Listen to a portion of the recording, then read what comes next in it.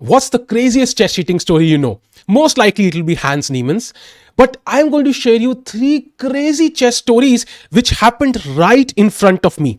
And the cheaters never got caught. Now, today's story happened over the board in a round robin tournament in some country in Europe, which I will not reveal. We are also not going to reveal the name of the players because, as I last checked, I don't have $100 million for any sort of lawsuit. This happened in front of me. I saw it with my own eyes. And I have also changed the game enough that nobody will be able to figure out who these players are. And by the way, the player who cheated is now a titled player. So just keep in mind, there are titled players around you who try to get the title by using the wrong methods. So what did this guy do? This guy did not have the IM title. He wanted that title, and for that you need 3 norms. You have to score these 3 norms in separate tournaments. And in this tournament, he paid off a few other players to lose against him so that he gets that 1 norm. And see how I caught him.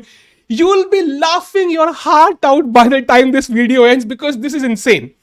And remember, if you try to judge whose game this is, you cannot, because I've removed certain pieces, I've moved some certain weird moves, you cannot guess it. So don't try to put the blame on somebody else. That will not work. So let's have a look. The guy who's trying to buy the norm has the white pieces, and the guy who's paid off has the black pieces, and his name paid B star star star could mean anything.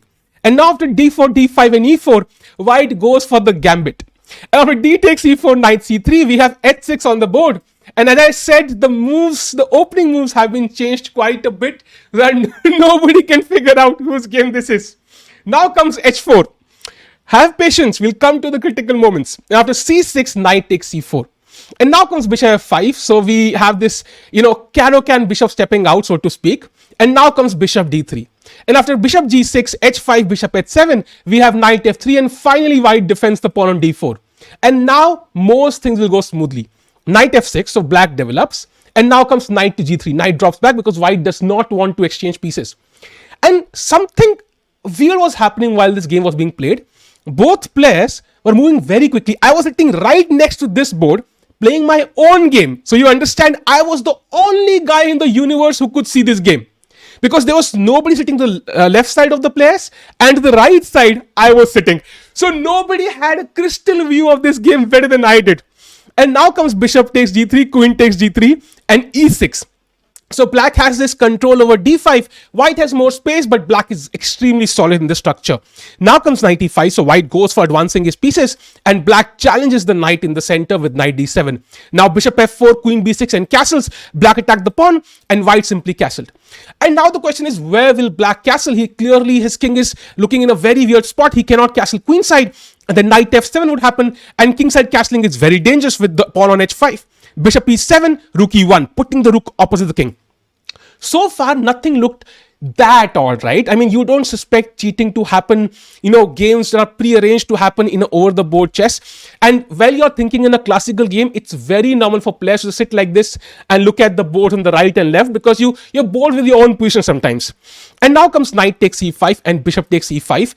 And you see the bishop pointed in the right direction. Many pieces prepared for an attack, and black castles.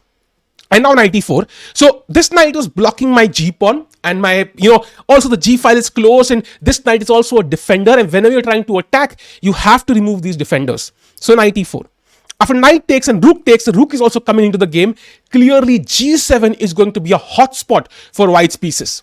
And now queen d8, so black tries to bring the queen to the defense. He realizes there is no attack going on the queen side, so he brings the queen back. And now comes c3. White first of all solidifies his center and plays this move. And now a5. Black is like, you know what, white, you slowed down a bit. Let me just at least scare you a little bit. Oh, I'm attacking. And now comes king b1. White is like, yeah, please come at me, baby, come at me. And now comes a4.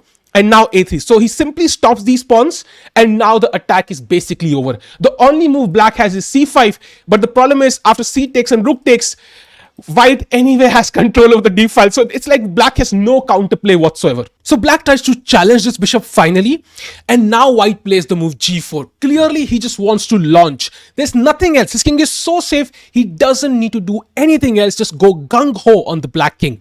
Now black plays queen e7. He's still trying to connect his rooks. He's still developing at this point. And now comes g5. White sacks a pawn. I would say practically a brilliant sacrifice. And now comes bishop takes, and now rook to g1. And you can see the g7 point is simply falling apart for black.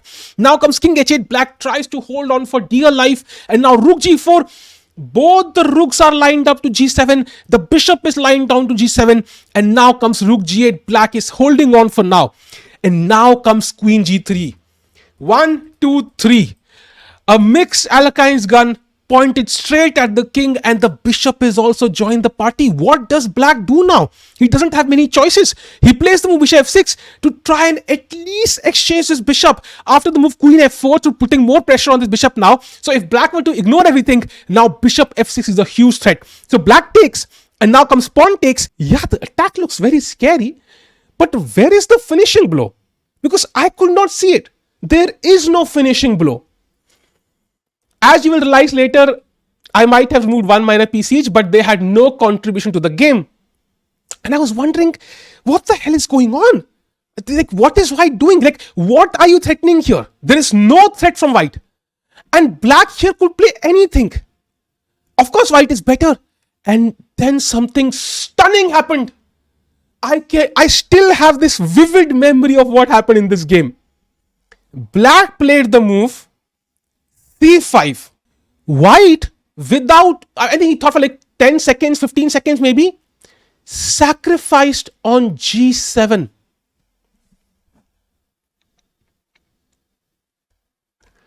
And this is a blunder. Let me first show you why is it a blunder, and let me then tell you what black did. Here, clearly queen h6 mate is threatened. King cannot come up. The only move on the board is rook takes g7. And if rook takes, king takes, black wins. So the only move here is queen takes h6 check. And now, not king g8 and getting mated, rook h7. And black wins. There is no check. So rook g7 was a blunder. And I must tell you, the white player was very close to being an IM. There is no way he blunders this. And what was even more stunning, after rook g7, black resigned.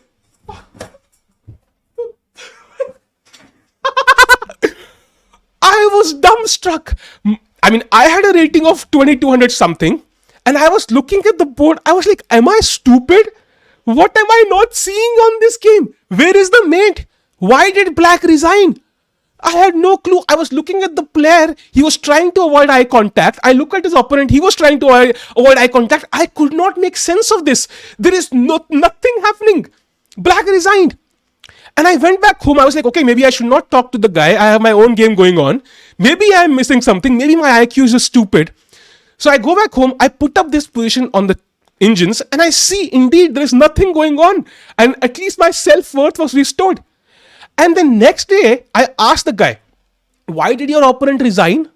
And he said, we both thought it's mate. I thought it's mate. He thought it's mate. And he resigned because of that. I guess that's it. I was like, what? What are you talking about, dude? There was no mate. How can both of you blunder that? That's impossible. It's literally rook g7, queen c, rook h7. That's it. That's all you had to see. Both of these players have a rating close to 2400, almost there. What the fuck are you talking about? And then the final evidence presented itself in the form of the game that was put into FIDE. So whenever these round robins happen, they have to submit the entire game to FIDE. So they feed the moves and they pass it on to FIDE. And the game I saw happening in front of my eyes, the game I discussed with the player who played this the next day, was not the game that was fed into the computers. They changed the damn game afterwards. Holy crap. Holy crap. And the move they fed into the move sheet and passed on to FIDE was not c5. The move I saw with my own eyes sitting next to the board. It was queen c5. They changed the damn move after the game. And now rook g7 works, because after rook g7, queen h6, rook h7, the queen does not control the f6 squares.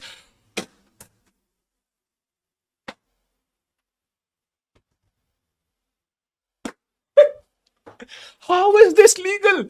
How is this legal?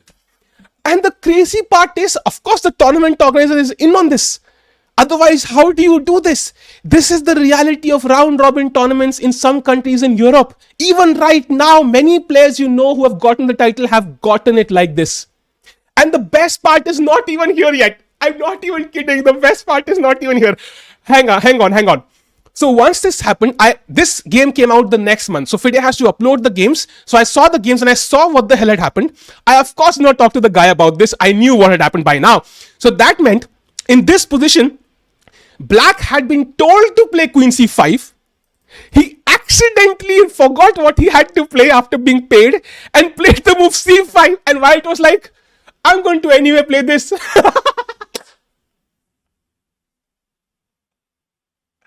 Holy crap, this is funny as hell. And my purpose is not to reveal the players. I must again add, these players have worked hard on their chess. I don't know why they did this, but regardless, maybe they had some financial issues. Black probably had no food to eat. Who knows, man? We don't know this financial situation. I am not going to judge them. I am just going to enjoy the game here. What the hell just happened? And the craziest part is again remaining. This guy got this win. He also got the next round win and so on. He had fixed like half of the players. Of course, you can't fix all the players because players like me who are playing the tournament for rating and norms are not going to fix the titles, right? It's not going to happen. So they have to at least win a few games even to get the norm. So when this guy ended up playing me, I think it was not yet clear because this was in the middle of the tournament. So he still did not know how many points did he need to score that norm. At the end, even if he had drawn me, he would score the norm. But in that moment, he did not know for sure. So he wanted to defeat me. And I, of course, by now already had a clue what was happening behind the scenes because I had seen the game by my own hands and I knew there's no way Black resigns in this position. So I played this guy and I knew I am going to beat this guy. There is no way on earth I am going to allow this guy to get away with the norm by fixing it. This is not going to happen. And guess what? I defeated this guy and he missed his norm by half a point. All that money down the drain. Oh my god, that was a great feeling. Now, some of you might ask me, why did I not try to catch this cheater? Why did I not put in more evidence and so on? The thing is, I did have some evidence, but the point is at the end, it's not my job to catch cheaters. It's the job of FIDE. FIDE allows people to continue like this forever and ever. And I even know people who have played the Olympiad for their country who have cheated and got certain norms. So I'm not going to reveal any names, but the point was to show you how commonplace it is and what extent players and organizers are ready to go to just to earn some bucks. Sometimes I did end up catching a cheater and you can find one of these cases right here. Well, I'm not the CoffeeZilla of chess, but maybe I just might be. Do check it out and I'll see you there.